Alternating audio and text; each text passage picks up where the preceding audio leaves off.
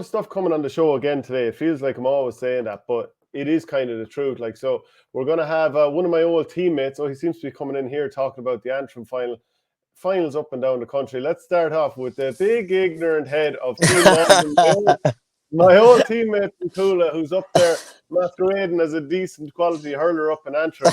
How things, Cian? Good. You know all about masquerading as any kind of a hurler. Yeah, that's true. For people who don't know, Cian Waldron, he'd be the brother of Nisha Waldron, the less interesting brother of Nisha Waldron. Who you have something in common, then, boys. In fairness to you, you're the less interesting brother. Jesus, I didn't expect us to both get turned on there, Cian. What is that you're wearing? What is that? Well, you know what? I ordered a golf T-shirt online. I hate the stuff, but I didn't zoom in on it. And when you zoom in on it here, you can see there's nothing but skulls all over it. I said I'd put it on just for you. We'll go down reception up there in the north. It's a big change up. Is the hurling very different to what we experienced in Dublin there for the 10 or 12 years you were playing? It is different. Like, Dublin club hurling is very attritional. Like, it's very, very physical, you know, and there's a lot of, so in Antrim it's not as attritional, but like the scores would be a lot higher. Like the scores in the games would always be a lot higher. Like, you know the way now in Dublin everybody pretty much packs the middle third, 2-man full forward line. Like that does happen, but not to the same extent. And I think as well in Antrim, it's funny, it's like the pitches are probably a bit bigger. So it doesn't allow for, like, our pitch at Ballycastle is massive. It doesn't allow for, whereas Parnell is like, it allows you to pack in, and it is very attritional.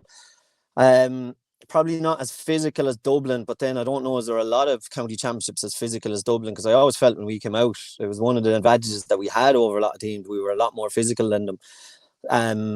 But like, you know, the scoring is way higher. Like the scoring is a lot higher, and I don't really know why that is, but it is a lot higher. One thing is, like, the crowds are so much bigger. Like, they're so much bigger.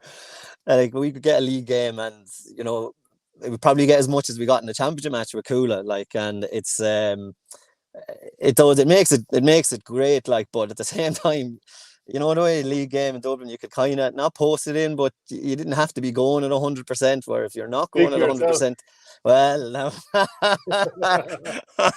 You always had to be going at 100%, I suppose, to be any use to anyone.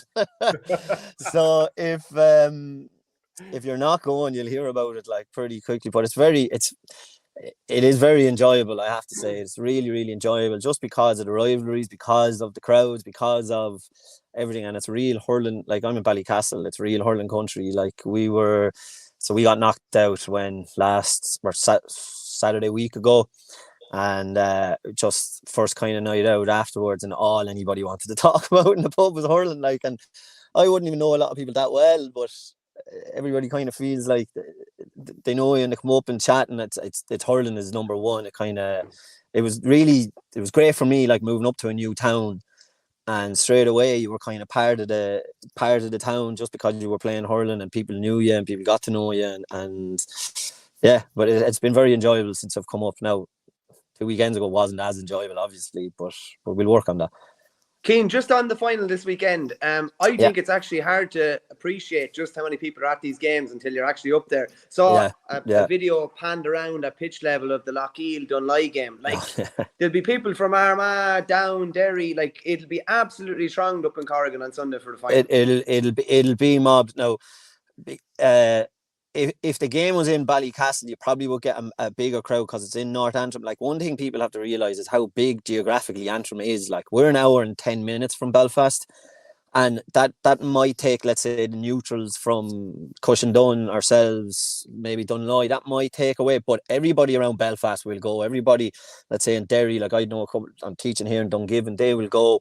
It will be thronged. Like, you see the Ulster Club final, it is packed. Like, it was in Owenbeg a couple of years ago, Dunloy and Slaughtneil, you couldn't get near it. Like, I don't think people realise, let's say, everybody who likes hurling, loves hurling in Ulster, will go to the Ulster Club final, will probably go to this one too.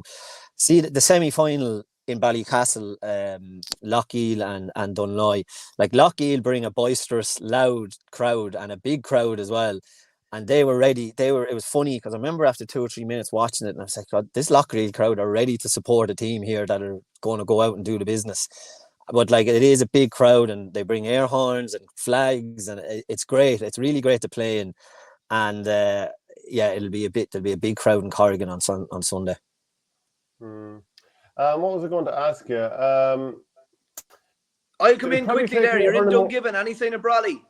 And the great Jeffrey Donegal.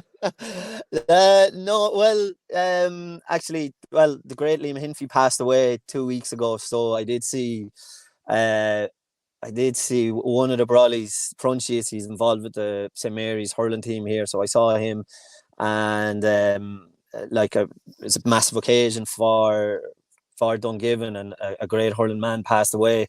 So everybody who was anybody in Ulster hurling was at the funeral, and so yeah, I'm in Dungiven in the Gael School here in Dungiven, and we are, we're going well. We're getting the hurling up and running here, and we're going well. We've won a couple of championships, so but no sign of Brawley yet. I haven't bumped into him on the street. Compare and contrast the love of hurling and how much everyone's into it with, like, so you're from Freshford and Kilkenny, obviously via Coola, but how insanely into it are they in Antrim compared with down home? Even the schools, is it just a load of hurleys lined up against the wall as you come into school? Yeah, it would be like, see the likes of CPC, St. Louis, St. Killian's there in Antrim, in North Antrim. Yeah, it is like this is our first year up in the A under 15, and we went up to play them, and like, it is a big deal to be on those teams, kind of like what Kieran's is. I think just because of, like, North Antrim is mainly, is mostly hurling, and except Dunloy obviously this year did what they did, but like it's so when you grow up in Kilkenny, it's insane. And it was only when I got to Dublin that I realized it was insane. But this is on another kind of level. Like, I have a couple of good stories just on, like, first championship match I really played one was against Kerry, and they were our local rivals, and I was just in the shop, I was getting diesel, and I got a tap on the shoulder, and this man said, you're that Kilkenny boy that's playing with the town. And I said, yeah. And he just kind of looked at me deadpan. He says, you better not lose on Sunday, because you won't be welcome back in the town, like, for a month if you don't win. And I laughed, and he went, it's no laughing matter. And he walked out, and your one behind the counter said, he didn't even pay for his diesel. Like, he just was so angry that the thought that we might lose to Kerry, like, in the championship. So it is, and like, the whole town, let's say Bally, because I can only talk about Ballycastle, but now Cushendall and Dunloy and Lockheed is all the same. And do you know the one thing that is how big these clubs are? Like, obviously they've done really well in history, like Lockheed have 2 All-Irelands and all, but they are big clubs. Like, it's not just a rural parish who have done really well or anything. They are like big clubs who, are, everybody in the town or in wherever you are, that's what the place is aimed for. And even like, we kind of did better this year than we had been doing in the last whatever years, and there was a buzz in the town. You could feel it, like, people were talking about it running up to the semi-final. It's insane. It's not, yeah, it's kind of Kilkenny by 2, kind of like, if you know what I mean. Like, it's now, the only difference is that there isn't a city like Kilkenny City where the population base would be there. It's more like, we have Ballycastle, of course, and all, but yeah, but it is. I felt very much at home. Ballycastle is kind of like Kilkenny by the sea, so I felt very much at home in the whole way of this. I like to talk about hurling, Shane, so I've been. But hurling is hurling, King. Hurling is hurling, and winning is winning. How do you think Cushendall? Actually, first off, before we get into the matchup, Cushendall, Lockheed, how much would these 2 teams have a bit of a distaste for each other? Well, I think it's fair to say all the teams in North Antrim have a distaste for one another. So, like, yeah, they would have a distaste for one another. I would say Cushendall, if they were being totally honest, would have loved another crack at Dunloy.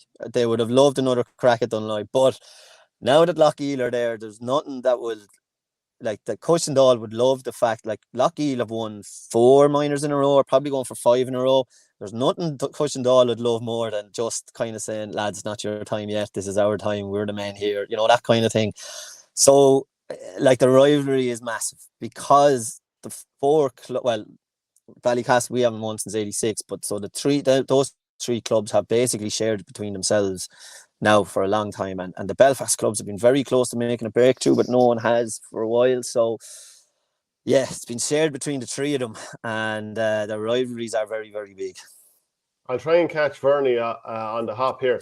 Who's the last team outside of that trio to win the Antrim title, and when? Me, I'd say it's O'Donovan Rossa.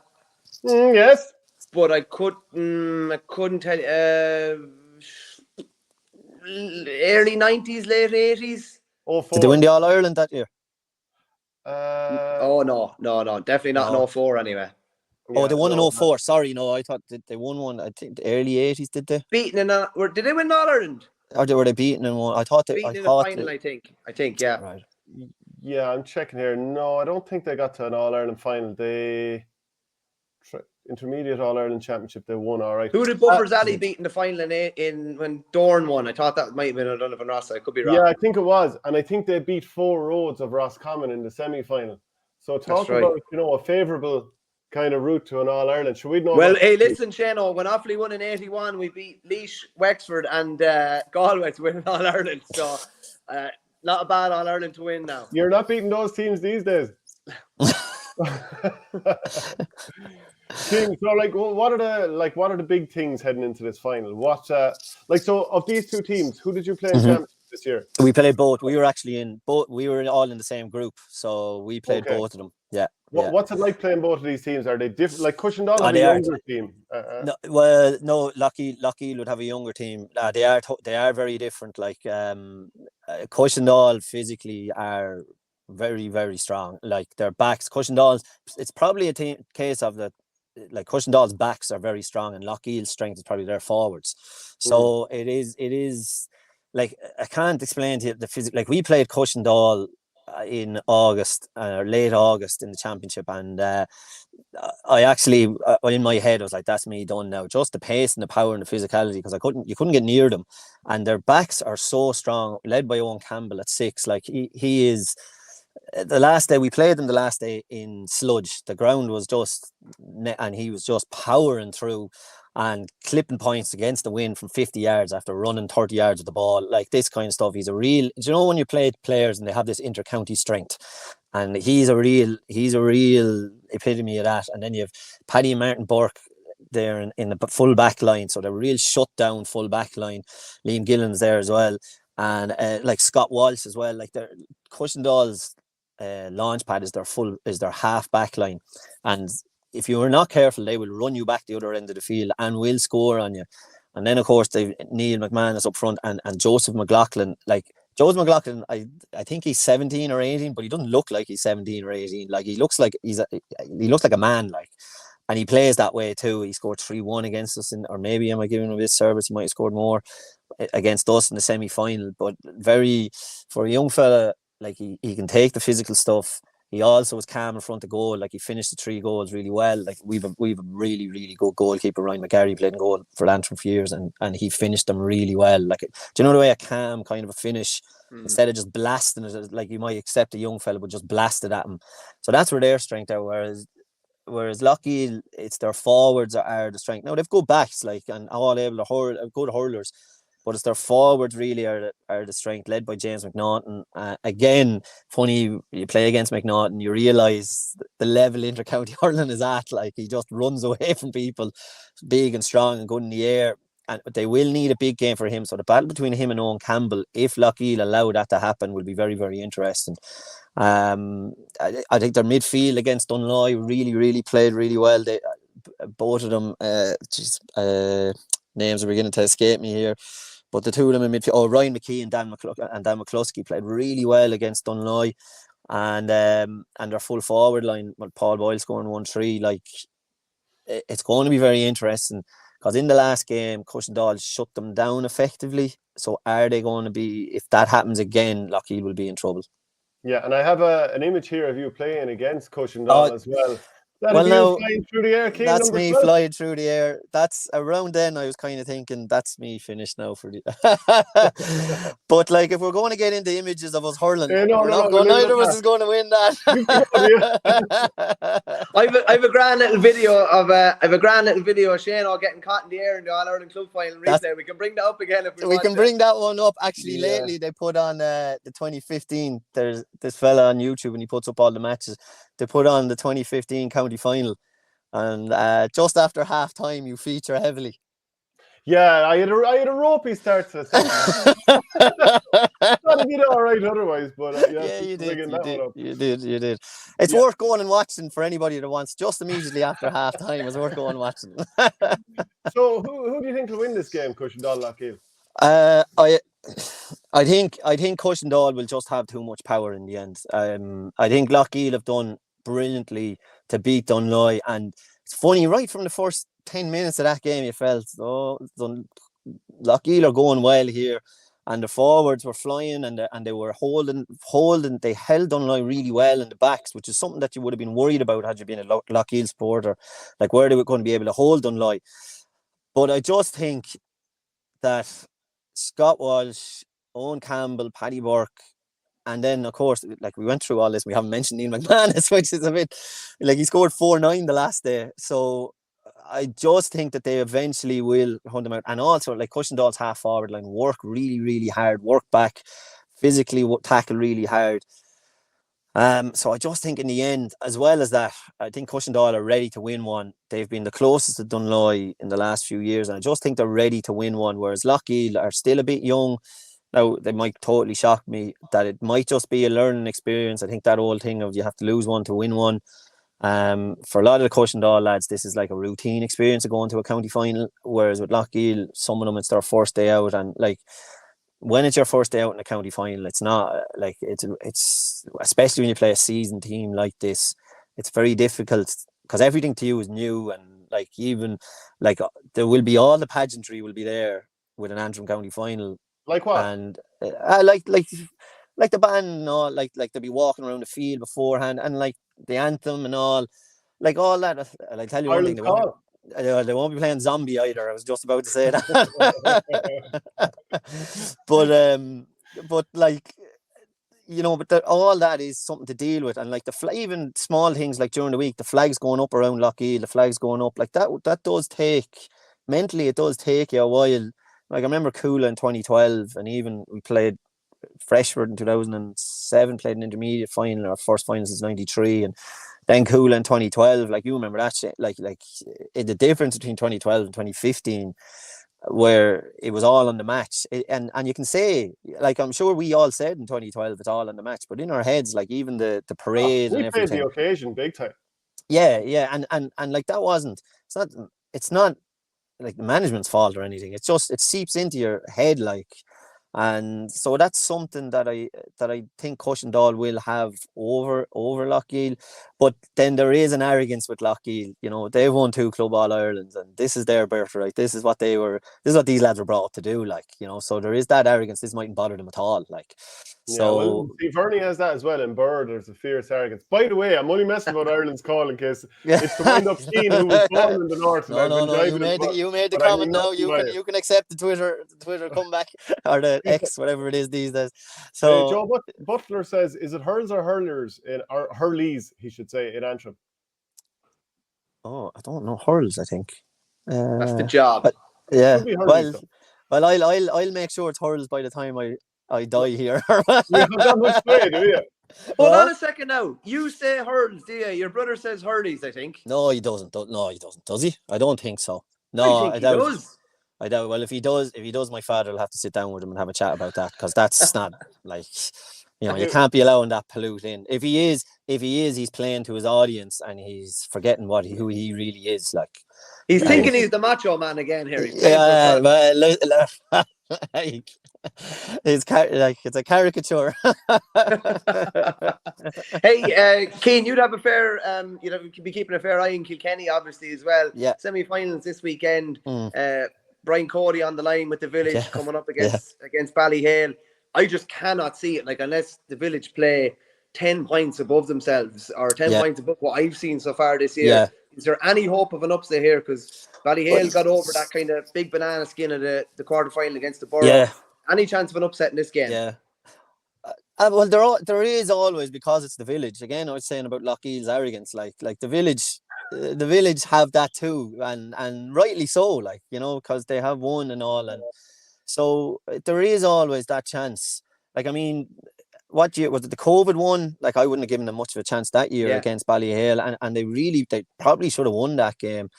Now, like Ballycallan, in the Ballycallan game, it wouldn't have offered you a lot of encouragement. But, like, you know, you've Brian Cody on the line, you are the village. Like, you know, they still will feel that they have a chance. They will feel always that they have a chance going in against Ballyhale. But that Ballyhale Dixborough game, what a game that was! Like, you know, you hear people talk about the split season and advertisement for hurling. Well, if you sat down and watched that, that's an advertisement for hurling, and that's what the split season is about. And funnily, up here, like, because we're so far away from Dublin, and like, not even if you're far away from Dublin, it costs money to go to Dublin these days. Like, the kids around Ballycastle, Locheil, Cushendall and all, like, the split season is brilliant for them because they're at championship matches nearly every second week, big games and that. And it's the same in Kilkenny, like, when the club season takes over.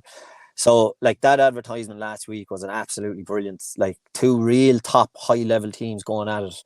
And it was a really, really good game. Like, the Borough are a very, very good team. Like, you know, like, they'd walk the Tipperary Championship, for instance. Like. There you go. You've been waiting to sow that. I have been waiting. Well, listen, you're only going on results, like, you know. Well, so. like, how many Kilkenny teams have done well outside of the Kilkenny Championship in recent times? Well, we beat the last three that weren't Ballyhale, so that's, like, they lost to us, like, who won the All-Ireland to 2 years. Now you're sounding arrogant. No, but that's what I'm saying. Like, they came up against a good team. Like, listen, if you go by results, Dixborough pushed Ballyhale to the pin in their collar. Ballyhale are the club All-Ireland champions who beat Ballygunner, who beat the Tip champions by 25 points.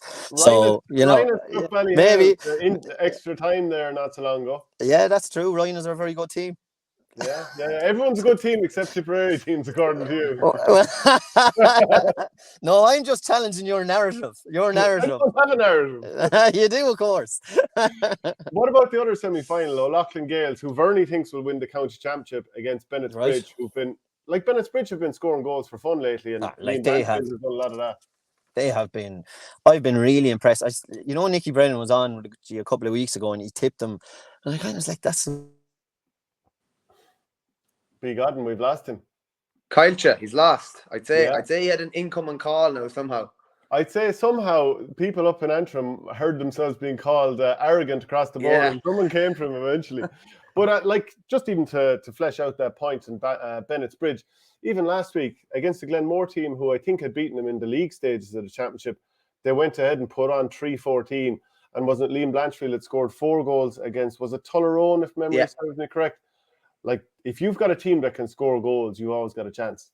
Big time. I think the worry from a Bridge point of view is, like, who can handle Liam Blanchfield at club level in Kilkenny? Not many, but I'd be confident enough to say that Hugh Lawler probably can if they come up against him. Like, Hugh Lawler is made for Liam Blanchfield. He's probably could be an inch taller than him. He's probably maybe a few kg lighter, but he's an octopus in around there. He's the perfect man to probably pick him up at the edge of the square. Like, if Lawler wins that duel, that expected duel, that's 3 or 4 points in O'Loughlin's favour, you'd have to say. The thing about O'Loughlin's is real strong backs, obviously, with Mikey Butler at 2, Lawler at 3, Deegan at 6, even Conor Heary, who's a defensive type player, playing up in the half-hour line. But you're wondering, the one worry is where the score is going to come from, maybe outside of Mark Bergen, maybe Owen Wall as well. They don't have maybe the same firepower as a Ballyhale, but they can shut you down fairly good at the back. And if they're able to shut you down and keep a game tight, they'll be hard beaten. And I think Lawler probably will have the measure of Liam Blanchfield at the weekend. And even, it's not just Lawler having the measure of Liam Blanchfield. David's up centre forward, I think, as well. Like, he'll be picking up Paddy Deegan, and even with Sean Morrissey and a few other good forwards kind of lightering around there. You have Mikey Butler to pick up. Like, you have 3 really, really good defenders to take their 3 best forwards. And even with, if a ball is coming in on top of Liam Blanchfield and Hugh Lawler, you have Mikey Butler probably edging towards that side as well, helping out. Do you know what I mean? So I just think that'll be the difference. I just think Lawler would probably be able for Blanchfield, and I'm not sure if they're going to get enough scores outside of him. If Blanchfield goes to town, Bennett's Bridge win. That's kind of it. But I just don't see that happening this weekend. Yeah, well, I think it's very interesting when you look at the scoring that Bennett's Bridge have done in the last 2 games. They've scored just 26 points between 2 games, so averaging 13 points a game. That'll just tell you that the goals that they've been scoring, which is 8 in 2 games, they've been absolutely crucial to them getting through. Because, Glenmore scored 17. To be fair, they shut down Tullerone nicely as well, 3-10. But they're going to have to score 3 goals really to win this game, aren't they? I think so, yeah. I think that's the cut and thrust of it, really. And if they do, they'll win. But I see them maybe with something like a 116, maybe, or something like that. And O'Loughlin's maybe 118, 119, maybe something like that. But that's providing Mark Bergen and Owen Wall perform up front. I think Nicky said Owen Wall plays a bit of soccer with Waterford. I don't know if they're called Waterford FC or Waterford United now as well. But he's back, obviously. He's back hurling at the minute. I just think O'Loughlin's will get the job done, and I think the Village will produce a better performance than we've seen so far this year. And obviously they drew with them when they played in the group stages, which maybe we're forgetting, and they were 9 up at one stage. Cian Kenny's going to be really touch and go. He had something on his hand. I think he had a broken finger, a couple of broken fingers. Like, if he is back, he's going to be fairly ginger. I think he actually got surgery on the hand. He's not going to be himself, I'd say, if he gets back. But if he is able to contribute a couple of scores or something like that, they're going to need every one of them. I do expect the Village to play above what we've seen, but I probably Ballyhale by maybe 5 or 6 in the wind-up, I'd say. Yeah, I'm looking at some of the matchups here, like Liam Blanchfield against Lawler. Cian, we have you back there. We're just talking about some of the matchups before we let you go, because you're obviously back you're in school there. But Liam Blanchfield against Hugh Lawler looks a potential matchup. Sean Morrissey against maybe Mikey Butler. I don't know. Maybe Morrissey could move out to the half line and look for scores there. Then David Blanchfield. I think he's been brilliant. And Kevin Blanchfield, another big player as well. So there's some tasty matchups there. Oh, you're on mute. You're going to have to unmute yourself there, Cian. There, that better? Yeah, sorry. And even Kieran Brennan seems to have come back into a bit of form there in the last couple of weeks as well. So, but it's going to be very, very interesting. Like, Blanchfield looks like a totally refreshed new player, doesn't he? Since he's come back from Australia, he looks refreshed, which some lads just need that. And the one thing Bennett's Bridge have is they have options in the forwards. And even if Liam Blanchfield was shut down, there's other lads can score for them too. So it's going to be, but that one, like 2 big men going to war, edge of the square, it's going to be very, very, very interesting. And again, like, listen, the biggest sporting event of the weekend probably is Sunday with the hurling on.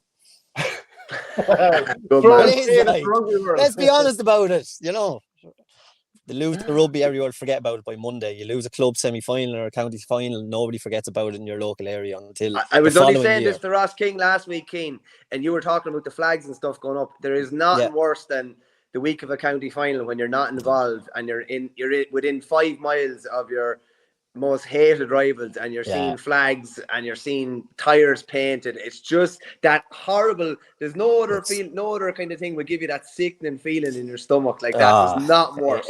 It's desperate. I remember, was it last year when Crokes were in the Leinster hurling final, and I just came down just for a weekend with G, and obviously I was away from it. Like, we drove past Crokes Clubhouse and all the flags were up. I was like, oh.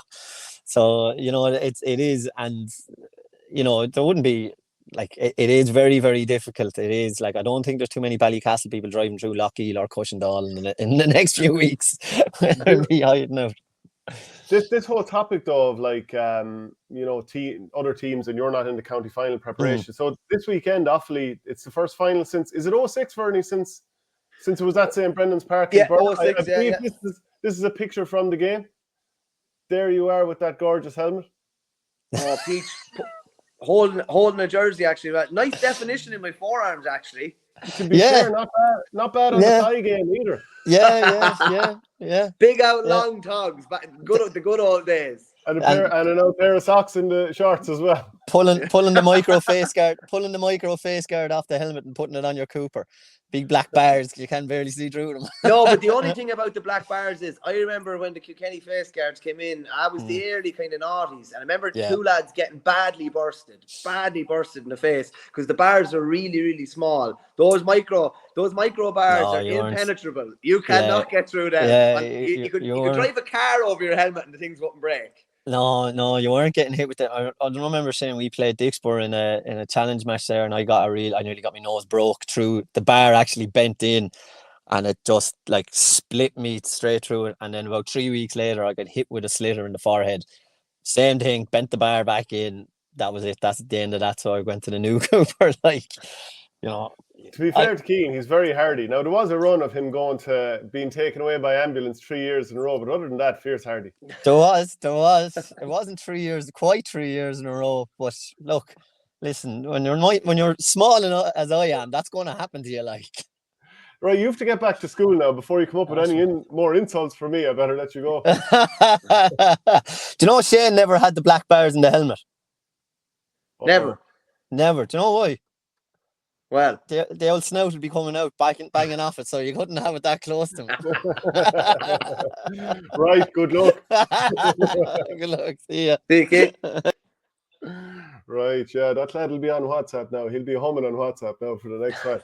Did we talk about the matchups in the Ballyhale Shamrocks James Stephens game? Like Luke Scanlon, he often wears a midfielder number, but he'll probably be in the half forward line. And is Richie Reid going to pick him up, or is it going to be a case that someone else will and Richie will sweep? And then, who tags Adrian Mullen, Owen Cody, TJ? Yeah, well, I think you can tag maybe one of them, but I don't know if they have the players to tag the rest of them, to be honest with you. Scanlon will try and float into that space, I'd imagine, in front of the half back line and try and get a bit of joy there like he normally does. Richie Reid, I don't see him pushing up. See maybe Paddy Mullen maybe sitting back into that space. And although Paddy Mullen got sent off the last day, crucially he's available again. As I said to you on the show on Monday, I don't think they can afford to be missing anybody else.